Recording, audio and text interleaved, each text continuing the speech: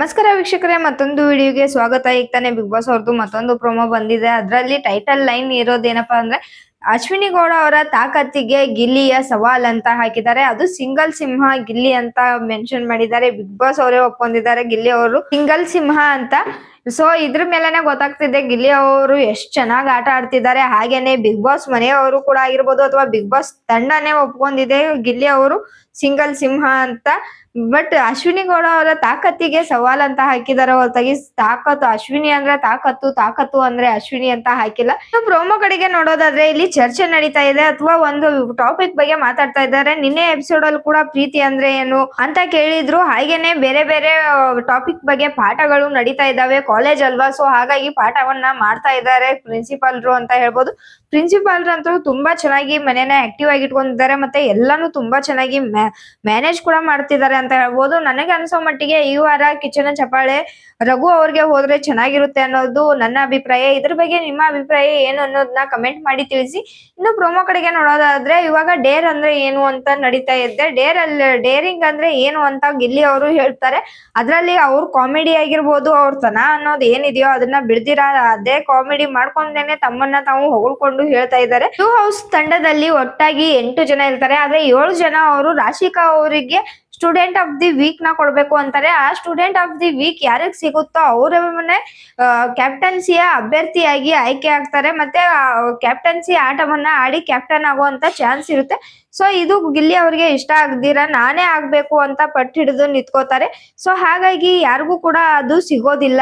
Student of the weak ಯಾರಿಗೂ ಸಿಗೋದಿಲ್ಲ. ಆ ತರ 7 ಜನರ ವಿರುದ್ಧ ನಿಂತ್ಕೊಂಡಲ್ಲ, ಅದು ನನ್ ಡೇರಿಂಗು, ಇದೇ ಡೇರಿಂಗ್ ಅಂದ್ರೆ ಅಂತ ಗಿಲ್ಲಿ ಅವರು ಹೇಳ್ತಿದ್ದಾರೆ. ಅದು ಕೂಡ ನಿಜ ಅಂತ ಹೇಳ್ಬೋದು. ಯಾರು ಮುಲಾಜುನು ನೋಡದೆ ಯಾರು ಪರ ಎಲ್ಲಿ ಹೇಗೆ ಸ್ಟ್ಯಾಂಡ್ ತಗೋಬೇಕೋ ಆ ರೀತಿಯಾಗಿ ಸ್ಟ್ಯಾಂಡ್ ತಗೋತಾರೆ. ಇನ್ನೊಂದಂದ್ರೆ ತಮ್ಮತನನ ಎಲ್ಲೂ ಬಿಟ್ಕೊಡೋದಿಲ್ಲ. ಯಾವ ರೀತಿ ಮಾತಾಡ್ಬೇಕು, ಏನ್ ಮಾತಾಡ್ಬಾರ್ದು, ಯಾವ ರೀತಿ ಹೇಳ್ಬೇಕು ಅನ್ನೋ ರೀತಿಯಾಗೇನೆ ಹೇಳ್ತಾರೆ ಅಂತ ಹೇಳ್ಬೋದು. ಇನ್ನು ರಾಶಿಕಾ ಅವರು ಆಟದ ಬಗ್ಗೆ ಬಂದ್ರೆ ತುಂಬಾ ಚೆನ್ನಾಗಿ ನಿನ್ನೆ ಆಟ ಆಡಿದ್ರು, ಅದ್ರಲ್ಲೇನ್ ಡೌಟ್ ಇಲ್ಲ. ಆದ್ರೆ ಅವರಿಂದ ಸಿಕ್ಕಿದ್ದು ಒಂದೇ ಪಾಯಿಂಟ್ ಅಂತ ಹೇಳ್ಬೋದು ಆ ತಂಡಕ್ಕೆ. ಹಾಗೇನೆ ಧನುಷ್ ಗೌಡ ಅವರು ಕೂಡ ತುಂಬಾ ಹೆಲ್ಪ್ ಮಾಡ್ತಾರೆ. ಯಾವ ರೀತಿ ಆಡ್ಬೇಕು, ಏನ್ ಮಾಡ್ಬೇಕು ಅಂತ ಹೇಳ್ಕೊಡ್ತಾರೆ. ಸೊ ಹಾಗಾಗಿ ಅವ್ರು ಕೂಡ ಚೆನ್ನಾಗಿ ಆಡ್ತಾರೆ. ಬಟ್ ಅವ್ರನ್ನ ಬಿಟ್ಟು ಕೂಡ ಸ್ಪಂದನ ಅವ್ರ ಕಡೆಯಿಂದಾನು ಒಂದು ಪಾಯಿಂಟ್ ಬಂತು. ಬೇರೆಯವರಿಂದ ಧನುಷ್ ಗೌಡ ಅವರು ತುಂಬಾ ಚೆನ್ನಾಗಿ ಆಡಿದ್ರು, ಮಿಕ್ಕಿದವರು ಚೆನ್ನಾಗಿ ಆಡಿದ್ರು. ಆದ್ರೆ ಅವ್ರ ಹೆಸರನ್ನೇ ತಗೋಬೇಕಾಗಿರ್ಲಿಲ್ಲ ಅನ್ನೋದು ನನ್ನ ಅಭಿಪ್ರಾಯ. ಇನ್ನೊಂದ್ ಕಡೆ ನೋಡೋದಾದ್ರೆ, ಇವಾಗ ಜಾನ್ವಿ ಅವರು ಅಶ್ವಿನಿ ಗೌಡ ಅವರ ಜೊತೆಗಿದ್ದಾಗ ಜಾನ್ವಿ ಅನ್ನೋದು ಕೇಳಿ ಬರ್ತಾ ಇತ್ತು. ಆದ್ರೆ ಈಗ ಅಶ್ವಿನಿ ಗೌಡ ಅವ್ರ ಜೊತೆ ರಾಶಿಕಾ ಅವರು ಸೇರ್ಕೋತಿದ್ದಾರೆ ಅಂತ ಹೇಳ್ಬೋದು. ಜಾನ್ವಿ ಅವ್ರನ್ನ ರಿಪ್ಲೇಸ್ಮೆಂಟ್ ಮಾಡಿ ರಾಶಿಕಾ ಅವರು ಬರ್ತಿದ್ದಾರೆ ಅಂತ ಹೇಳ್ಬೋದು. ಸೊ ಹಾಗಾಗಿ ಇನ್ಮೇಲೆ ಎಲ್ಲೇ ಇದ್ರು ರಾಶಿಕಾ ಅಂತಾನೆ ಕೇಳಿಸುತ್ತೆ ಏನೋ ಅಂತ ಅನಿಸ್ತಾ ಇದೆ. ಇನ್ನೇ ಎಪಿಸೋಡ್ ಅನ್ನ ನೋಡಿದಾಗ ಜಾನ್ವಿ ಅವರ ರಿಪ್ಲೇಸ್ಮೆಂಟ್ ನ ನೋಡಿದಾಗಾಯ್ತು ರಾಶಿಕಾ ಅವರನ್ನ ನೋಡಿದಾಗ. ಯಾಕಪ್ಪ ಅಂದ್ರೆ ತುಂಬಾನೇ ಮೈಗಳ್ತನ ಇದೆ ಅವರಲ್ಲಿ. ಕೆಲಸ ಮಾಡೋಕೆ ಬರೀ ಟಾಸ್ಕ್ ಎಲ್ಲಿ ಎಫರ್ಟ್ ಹಾಕ್ಬೇಕು ಅಲ್ಲಿ ಮಾತ್ರ ಕೆಲಸ ಮಾಡ್ತೀನಿ ನಾನು. ಟಾಸ್ಕ್ ಎಷ್ಟಾದ್ರೂ ಕೊಡಿ, ಎಷ್ಟೇ ನೋವಾದ್ರೂ ಪರವಾಗಿಲ್ಲ ಆಡ್ತೀನಿ. ಆದ್ರೆ ಮನೆ ಕೆಲಸ ಮಾಡೋದಂತ ಬಂದಾಗ ಅಶ್ವಿನಿ ಗೌಡ ಅವರೇ ಆಗಿರ್ಬೋದು, ಹಾಗೇನೆ ರಾಶಿಕಾ ಅವರು ಆಗಿರ್ಬೋದು, ತುಂಬಾನೇ ಮೈಗಳ್ತನ ಮಾಡ್ತಿದ್ದಾರೆ ಅಂತ ಹೇಳ್ಬೋದು. ಆದ್ರೆ ಪಾಠ ಮಾತ್ರ ಹೇಳ್ತಾನೆ ಇರ್ತಾರೆ ಬೇರೆಯವ್ರಿಗೆ. ಇನ್ನು ಅಶ್ವಿನಿ ಗೌಡ ಅವರ ಒಂದು ಚೇಂಜ್ ಆಗಿಲ್ಲ ಅಂತ ಹೇಳ್ಬೋದು. ಸುದೀಪ್ ಅವರು ಎಷ್ಟು ಹೇಳಿದ್ರು ಸರಿ, ಅವ್ರ ಮಾತಿನ ವರ್ಷನೂ ಚೇಂಜ್ ಆಗ್ತಿಲ್ಲ, ಹಾಗೇನೆ ಅವ್ರು ನಡ್ಕೊಳ್ತಾ ಇರುವಂತ ರೀತಿನೂ ಚೇಂಜ್ ಆಗ್ತಿಲ್ಲ. ನನಗ ಅವ್ರನ್ನ ನೋಡಿದಾಗ ಏನ್ ಅನ್ಸುತ್ತಪ್ಪ ಅಂದ್ರೆ, ಒಂದು ಗಾದೆ ಮಾತಿದೆ, ಊಟಗುನ ಸುಟ್ರು ಹೋಗಲ್ಲ ಅಂತ. ಆ ರೀತಿಯಾಗಿನೇ ಆಡ್ತಾ ಇದಾರೆ ಅಂತ ಹೇಳ್ಬೋದು. ಮೇ ಬಿ ಅವ್ರು ಇರೋದೇನೆ ಹಾಗೆ ಅಂತ ಅನ್ಸುತ್ತೆ.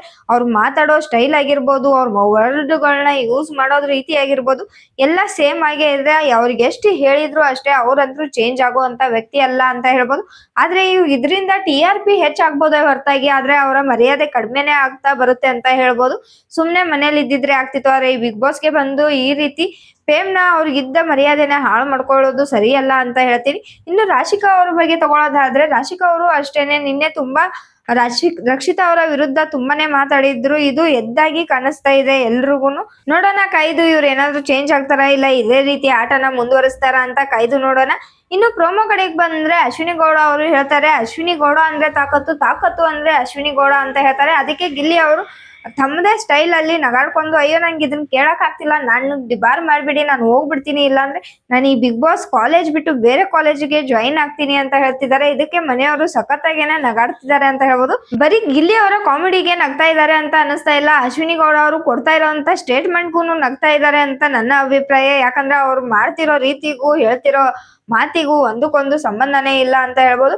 ಇನ್ನು ಇದ್ರ ಜೊತೆಗೆ ಅವ್ರು ಏನ್ ಹೇಳ್ತಾರಪ್ಪ ಅಂದ್ರೆ ಹೋರಾಟದ ದಾರಿಯಲ್ಲಿ ಹೋರಾಟಕ್ಕಿಳಿದಾಗ ಬಕೆಟ್ ಅನ್ಬೋದು, ಮರ್ಯಾದೆ ತೆಗಿಬಹುದು, ಡೌಟ್ ಕೂಡ ಅಂತಾರೆ. ಇದೆಲ್ಲದನ್ನು ತಡೆದ್ ನಿಂತಿದ್ದೀನಿ ನಾನು, ಇದು ನನ್ನ ತಾಕತ್ತು ಅಂತ ಹೇಳ್ತಾ ಇದ್ದಾರೆ ಅಶ್ವಿನಿ ಗೌಡ ಅವರು. ಆದ್ರೆ ಇಲ್ಲಿ ಅವ್ರು ತಿಳ್ಕೊಬೇಕಾಗಿರೋದು ಅವ್ರು ಹೋರಾಟ ಮಾಡ್ತಾ ಇಲ್ಲ, ಇಲ್ಲಿ ಅನ್ಯಾಯನ ಮಾಡ್ತಾ ಇದ್ದಾರೆ ಅಂತಾನೆ ಹೇಳ್ಬೋದು.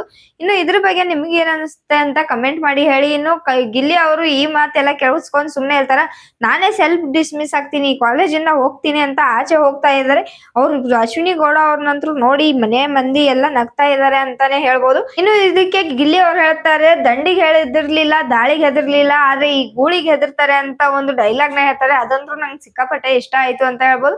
ನಿಮಗೆ ಏನ್ ಅನಿಸ್ತು ಅಂತ ಕಮೆಂಟ್ ಮಾಡಿ ಹೇಳಿ. ಇದೇ ರೀತಿಯಾದ ವಿಡಿಯೋಗಳಿಗಾಗಿ ನಮ್ಮ ಚಾನೆಲ್ ನ ಇನ್ನೂ ಸಬ್ಸ್ಕ್ರೈಬ್ ಮಾಡ್ಕೊಂಡಿಲ್ಲ ಅಂದ್ರೆ ಸಬ್ಸ್ಕ್ರೈಬ್ ಮಾಡ್ಕೊಳ್ಳಿ. ಹಾಗೇನೆ ಬೆಕ್ಕದಲ್ಲಿರುವಂತ ಬೆಲ್ ಐಕನ್ ನ ಕ್ಲಿಕ್ ಮಾಡಿ ಅಂತ ಹೇಳ್ತೀನಿ. ಮತ್ತೆ ಸಿಗೋಣ ಮುಂದಿನ ವಿಡಿಯೋದಲ್ಲಿ.